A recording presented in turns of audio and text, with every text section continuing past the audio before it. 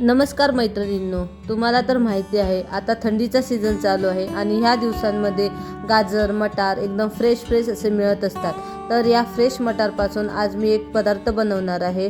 तर चला तर मग पदार्थाला सुरुवात करूया। त्यासाठी लागणारे साहित्य आहे, इथे आपण 1 वाटी पोहे घेतलेले आहेत, 1 मोठा कांदा कापून घेतलाय, थोडंसं गव्हाचं पीठ घेतलंय स्लरी बनवण्यासाठी, त्यानंतर पावडर मसाले घेतलेत, वटाणा आणि गाजर घेतले, बटाटे घेतलेत, आलं लसूण पेस्ट, हिरवी मिरची, मीठ आणि कोथिंबीर घेतली। त्यानंतर इथे आपण पोहे 2 ते 3 वेळा स्वच्छ धुवून त्यामध्ये थोडंसं पाणी शिंपडून भिजवण्यासाठी साईडला ठेवून देणार आहोत। त्यानंतर इथे आपण उकडलेले बटाटे घेणार आहोत, ते सोलून व्यवस्थित त्याची सालं काढून एका बाउलमध्ये ते मॅश करून घ्यायचे आहेत आणि त्यामध्ये नंतर बाकीचे जे काही जिन्नस आहेत ते सगळे मिक्स करून घ्यायचे आहेत। त्यामध्ये पोहे घालायचे आहेत, वटाणा गाजर घालायचा आहे। इथे पोहे आणि वटाणा गाजर ह्याचा व्हिडिओ शूट करायचा राहून गेला।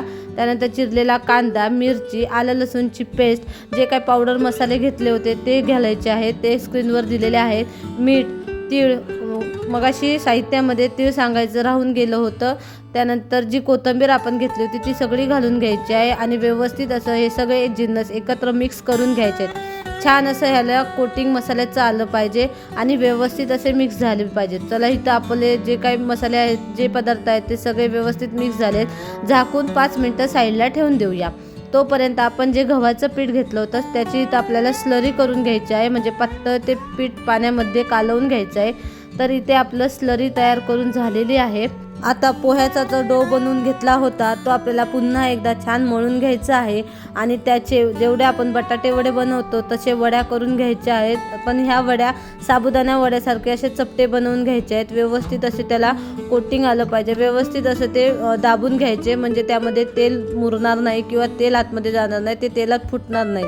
असे करून एक एक करून आपले इथं वडे जे आहेत ते तयार झालेले आहेत। आता हे जे वडे आहेत ते आपल्याला ज्या गव्हाच्या पिठाची स्लरी बनवली होती त्या स्लरीमध्ये डुबवून, त्यानंतर इथे मी माझ्याकडे दडपे पोहे होते ना त्याची मी इथं क्रश करून घेतलं होतं। तुमच्याकडे जर बारीक शेव असेल तर त्या शेवमध्ये सुद्धा बुडवून तुम्ही हे तळून घेऊ शकता। तर इथे कढईमध्ये माझं तेल गरम झालेलं आहे।